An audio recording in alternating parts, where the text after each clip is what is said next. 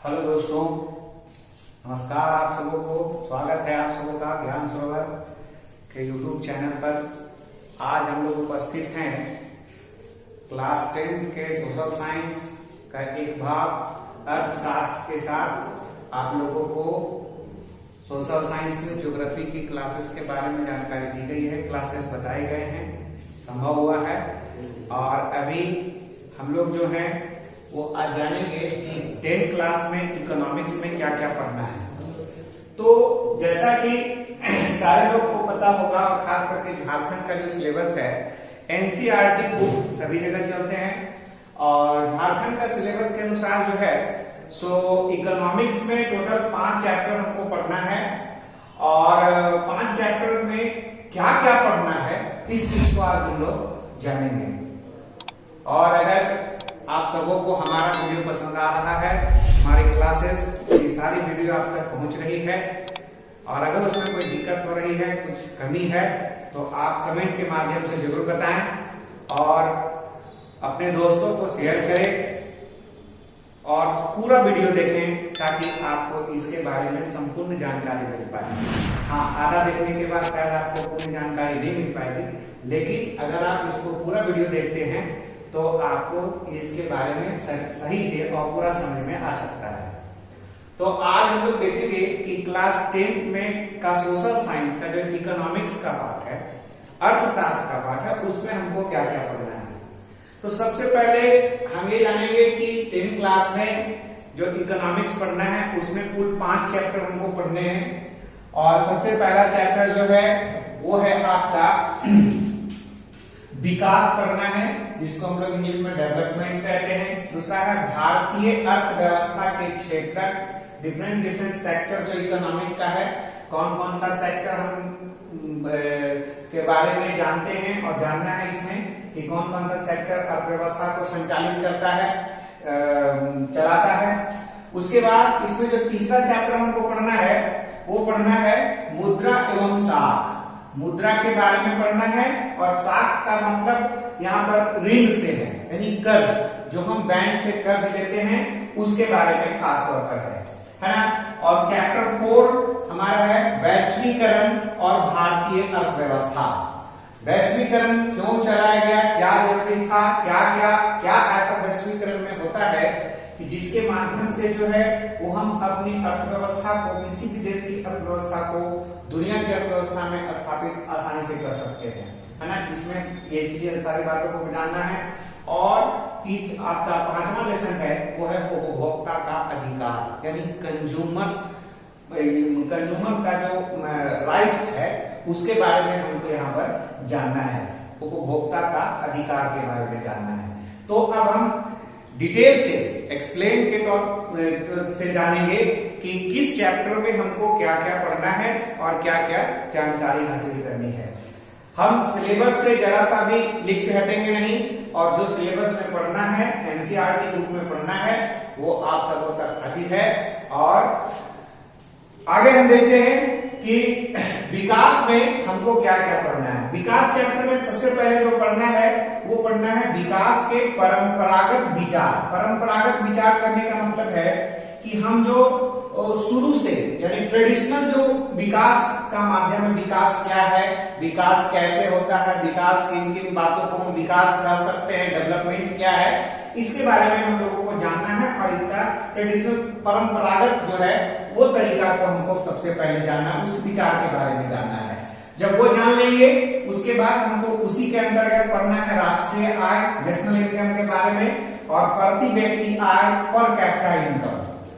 साथ ही साथ राष्ट्रीय आय अगर हम जानेंगे तो उसके साथ साथ हमको ये भी जानना होगा कि अगर राष्ट्र आय प्राप्त कर रहा है तो फिर राष्ट्र विकास कैसे करेगा, और राष्ट्र के विकास का क्या मतलब होगा, है ना। और राष्ट्र के विकास को हम किस तरह से तुलना करेंगे, तो दो राज्यों, दो देशों के बीच में हम तुलना करेंगे, 2 से 3 देशों के बीच में कैसे तुलना करते हैं, इसके बारे में हम राज्यों के माध्यम से यहाँ का तुलना भी करेंगे राष्ट्रीय विकास का, है ना। और उसके बाद हम लोग आय के बारे में जानेंगे। आय जैसे कि औसत आय होता है, और आय के जो अन्य मापदंड हैं उसके बारे में भी हमको इस चैप्टर में पढ़ना है। फिर है आपको सार्वजनिक सुविधाएं, सार्वजनिक सुविधाओं के माध्यम से भी विकास संभव होता है। क्योंकि जैसे सार्वजनिक सुविधाएं कहने का मतलब है कि गवर्नमेंट जैसे हॉस्पिटल्स बनाते हैं, स्कूल बनाते हैं शिक्षा प्राप्त करने के लिए गरीब बच्चों को, और बहुत सारे पार्क है, जैविक उद्यान है, ये सारे चीज जो बनाए जाते हैं ये भी एक विकास का मापदंड होता है। इसके माध्यम से भी हम विकास करते हैं, विकास संभव होता है। इसलिए हम लोगों को इसमें सार्वजनिक सुविधाओं के भी बारे में जानना है कि गवर्नमेंट क्या क्या सुविधा प्रदान कर रही है, तो जिसके माध्यम से विकास संभव हो रहा है ना। और इसी में एक नया जुटेगा जो है आपका मानव विकास सूचकांक। इसको हम लोग HDI के नाम से भी जानते हैं, ह्यूमन डेवलपमेंट इंडेक्स। ये वर्ल्ड लेवल पर भी जो है सो इसका आकलन होता है, वर्ल्ड लेवल पर भी इसका सूची तैयार की जाती है हर एक वर्ष, प्रत्येक वर्ष। और इसके बारे में भी हम लोगों को इस चैप्टर में जानना होगा। और आगे हम देखते हैं कि विकास की धारणीयता क्या है, क्या विचार होना चाहिए, किस प्रकार से विकास को हम करें ताकि सभी लोगों तक पहुंच सके। विकास के विचार में क्या क्या कहा गया है उसके बारे में हम लोग यहाँ पर विकास की धारणीयता में जानेंगे। और इसी क्रम में हमको जानने को मिलेगा, एक है नवीकरणीय और गैर नवीकरणीय। गैर नवीकरणीय को हम अनवीकरणीय भी कह सकते हैं। नवीकरणीय और गैर नवीकरणीय साधन के बारे में भी हम लोगों को यहाँ पर जानना है। अगर आप इतना पढ़ते हैं इस चैप्टर में तो आपका ये चैप्टर यानी कि जो विकास है, डेवलपमेंट है, वो आपका पूरा हो जाएगा। अब हम देखते हैं चैप्टर 2। चैप्टर 2 में क्या पढ़ना है। अगर चैप्टर 2 हम जानते हैं कि यहाँ पर जो चैप्टर 2 दिया हुआ है वो है भारतीय अर्थव्यवस्था के क्षेत्र के बारे में बताना है। कौन कौन से अर्थव्यवस्था को किन किन भागों में बांटा गया है, कौन कौन से क्षेत्र में बांटा गया है, और उन क्षेत्रकों के बारे में भी हम लोग यहाँ पर जानेंगे। तो यहाँ सबसे पहला जो टॉपिक पढ़ना है हमको वो पढ़ना है आर्थिक कार्यों के क्षेत्र। और क्षेत्र कितने प्रकार के होते हैं, तो 3 प्रकार के होते हैं, प्राथमिक क्षेत्र, द्वितीय क्षेत्र और तृतीय क्षेत्र। इसमें इसको प्राथमिक क्षेत्र को हम लोग कृषि क्षेत्र भी कहते हैं। कृषि से संबंधित चीजें यहाँ पर होती है, यानी कि किसी भी वस्तु का उत्पादन करने के लिए इंडस्ट्री में जब कोई वस्तु उत्पादित होता है तो उसके लिए जो कच्चा माल हम लोगों को व्यवस्था करना होता है वो जहां से उपलब्ध होता है, जहां से मुहैया होता है, उसको हम लोग प्राथमिक क्षेत्र कहते हैं। और वो सारे कच्चे माल जो है कृषि या अन्य किसी माध्यम से जो प्राप्त होते हैं वो प्राथमिक क्षेत्र कहलाते हैं। ऐसे खास तौर पर इंडिया में जो है इसको कृषि क्षेत्र से भी ये दिया गया है। दूसरा है द्वितीय क्षेत्र।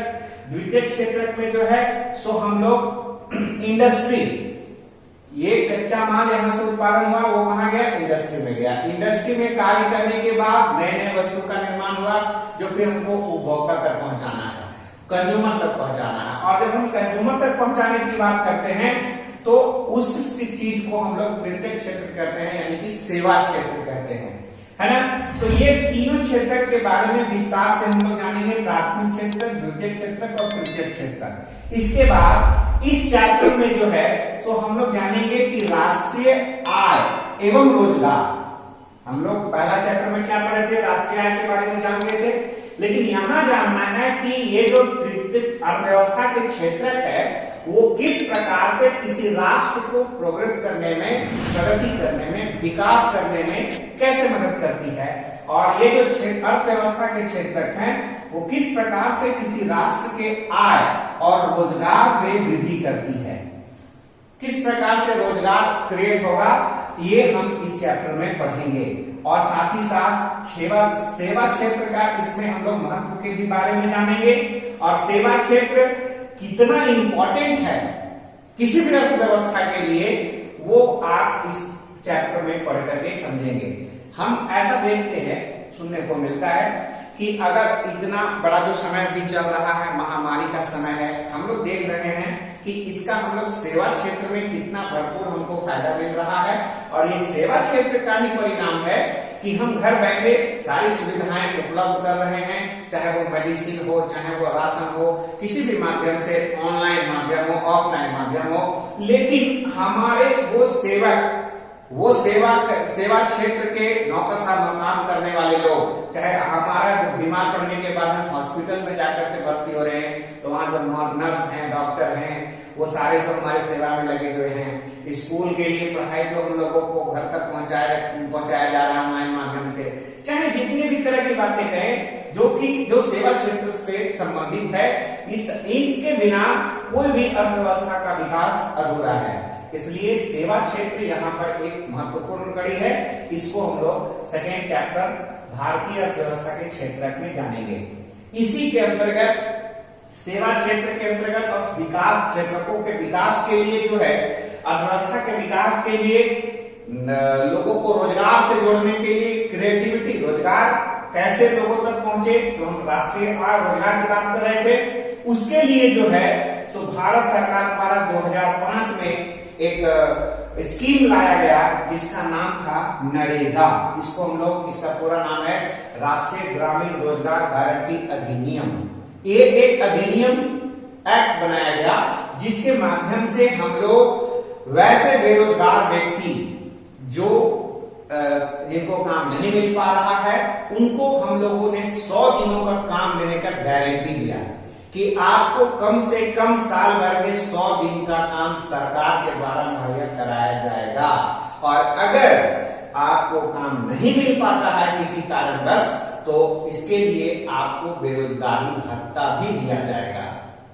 इसके माध्यम से नरेगा में हम लोगों को जानना है क्या है, कब लागू हुआ, कितने जिले में पहली बार लागू हुआ, सरकार इसमें क्या इम्प्रूवमेंट देखा जिसके कारण पूरे देश में लागू किया, इन सभी बातों को यहाँ पर हम लोगों को जानना है। फिर है किसी के, अब है ये जो क्षेत्रक थे प्राथमिक, द्वितीयक और तृतीयक, इन क्षेत्रकों के बाद इसमें क्षेत्रक के कुछ और भाग हैं जिसको हम लोग कह सकते हैं संगठित और असंगठित क्षेत्र। तो संगठित और असंगठित क्षेत्र जो है वो क्या होता है, इसके बारे में भी हम लोग जानेंगे। क्षेत्र को यहाँ पर जो है सो आर्थिक कार्यों के आधार पर क्षेत्र को 3 भागों में बांटे थे। और हम लोग जो है सो जब सामाजिक तौर पर देखेंगे तो सामाजिक तौर पर अर्थव्यवस्था के जो क्षेत्रक हैं वो 2 क्षेत्रक कहलाएंगे, एक तरह से कि एक संगठित क्षेत्रक है और दूसरा है असंगठित क्षेत्रक। इसका विभाजन 2 प्रकार से हुआ।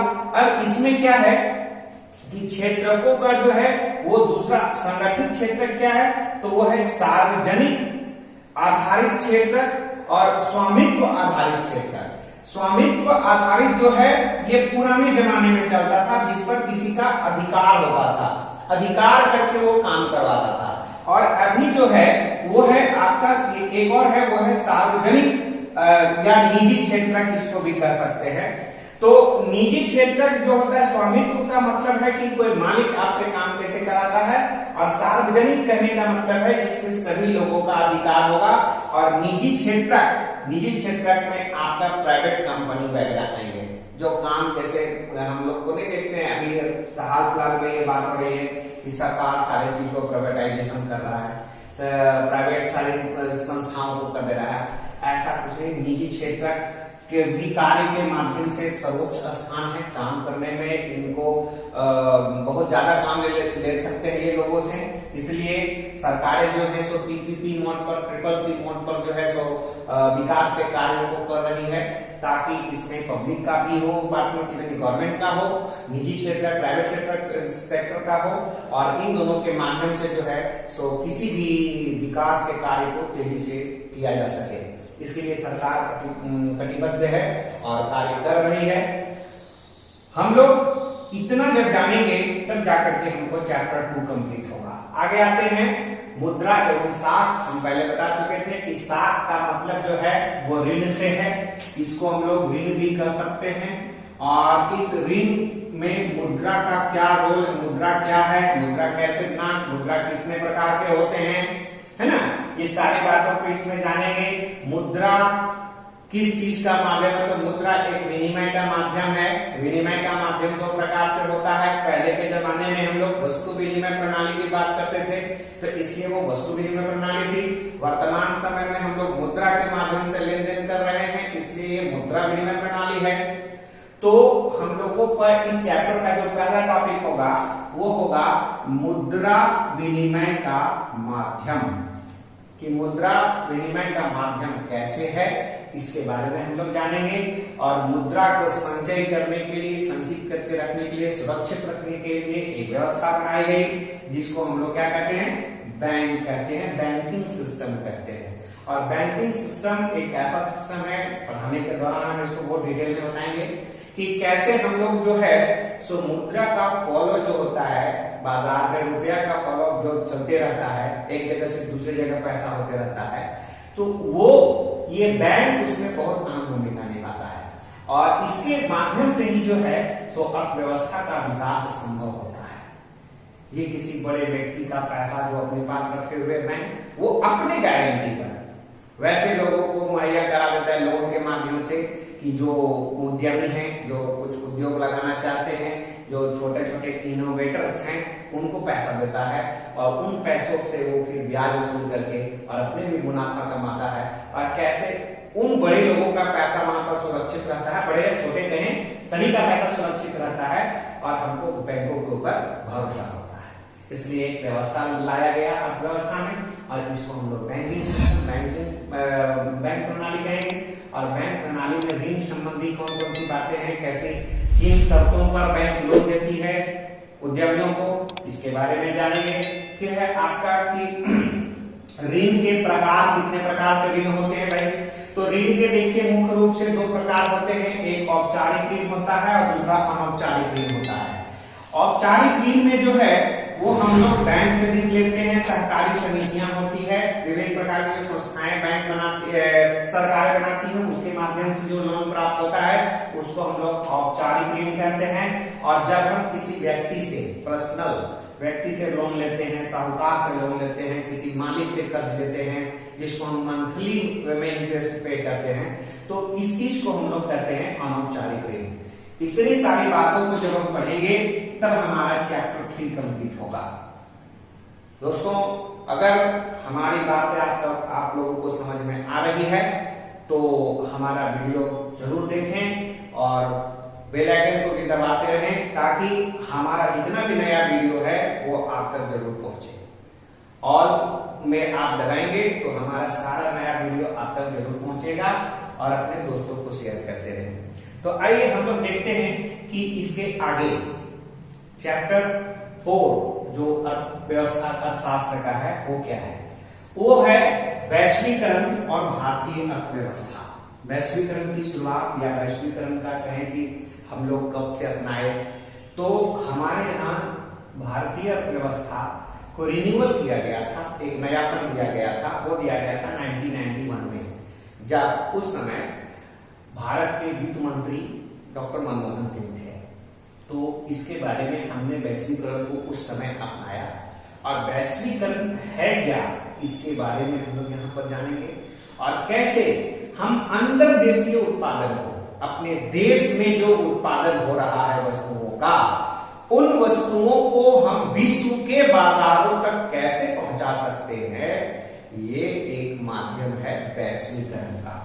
और ये वैश्वीकरण, इसके अंतर्गत हम लोग पढ़ेंगे। सबसे पहला टॉपिक जो होगा वो अंतर्देशीय वस्तु उत्पादन, उसके बाद वैश्वीकरण के बारे में विस्तार से जानेंगे। वैश्वीकरण है क्या, वैश्वीकरण कब से लागू हुआ, वैश्वीकरण को भारत कब अपनाया, वैश्वीकरण से क्या लाभ है, वैश्वीकरण को संभव बनाने के लिए कौन कौन से कारक हैं, यानी कि वैश्वीकरण से संबंधित जितने भी तथ्य हैं वो हम लोगों को इस चैप्टर में पढ़ना है। और भारतीय अर्थव्यवस्था वैश्वीकरण को अपना करके क्या डेवलप हुआ या क्या उसको विकासशील बनाने में से विकसित बनाने में क्या ये वैश्वीकरण हमको सहयोग दे रहा है। इसी चैप्टर में हम लोग एक संस्था के बारे में पढ़ेंगे जिसका नाम है WTO, वर्ल्ड ट्रेड ऑर्गेनाइजेशन, विश्व व्यापार संगठन।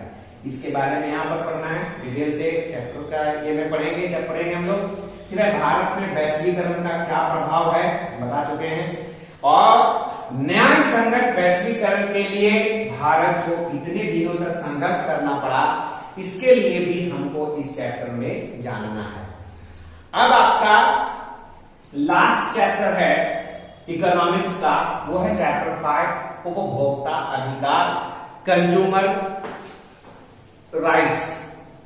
इसमें हम लोग जानते हैं कि सबसे पहले है कि बाजार में अगर कोई उपभोक्ता किसी भी वस्तु का उपभोग कर रहा है तो वो उसके लिए सही है या नहीं, इसके बारे में जो जानकारी हमको मिलती है ये हमारा राइट्स है, ये हमारा अधिकार है कि हम उस कंपनी से या उस उत्पादक संस्था से पूछ सकते हैं कि ये जो आप वस्तु दे रहे हैं ये सही है कि नहीं। इसके लिए संस्था बनाया गया है वो विश्व स्तर पर, और वो वस्तु को सर्टिफाइड करता है, उसके लिए उसको सर्टिफिकेट उस संस्था से लेना पड़ता है कि ताकि हम उस सर्टिफिकेट या उसके मुहर को या उसके लोगो को देख करके ये समझ सके कि ये जो हम सामान खरीद रहे हैं, वस्तु खरीद रहे हैं, वो मेरे लिए अच्छा है या वो खराब नहीं है।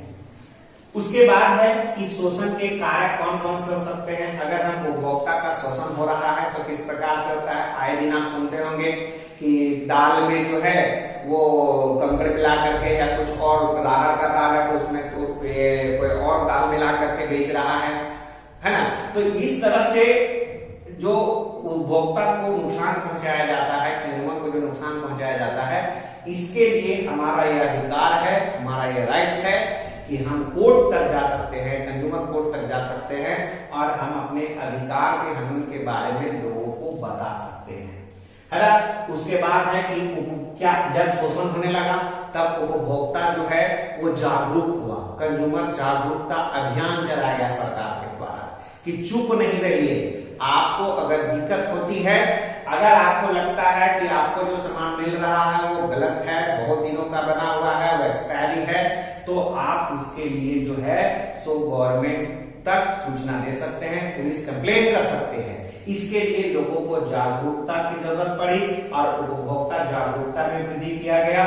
उसके लिए उपभोक्ता आंदोलन चलाया गया और उपभोक्ता आंदोलन के साथ साथ हम लोग उपभोक्ता का संरक्षण किस प्रकार से हो, इसके लिए सरकार कौन कौन सी व्यवस्था स्थापित की, इसके बारे में भी हम लोग चैप्टर 5 में पढ़ेंगे। तो दोस्तों, अगर आपको ये बातें समझ में आ रही है, ये चैप्टर को चैप्टर बाय चैप्टर और उसका टॉपिक बाय टॉपिक करके हम लोग विभिन्न अलग अलग वीडियो में इसको बेहतरीन ढंग से जानेंगे। और अगर ये सारी बातें आपको समझ में आती है, पसंद आती है, तो आप हमारा वीडियो को लाइक कीजिए, सब्सक्राइब कीजिए और शेयर कीजिए लोगों तक, ताकि हर एक उन जरूरतमंदों तक पहुंच सके जो इसके लिए, जिनके लिए ये जरूरी है।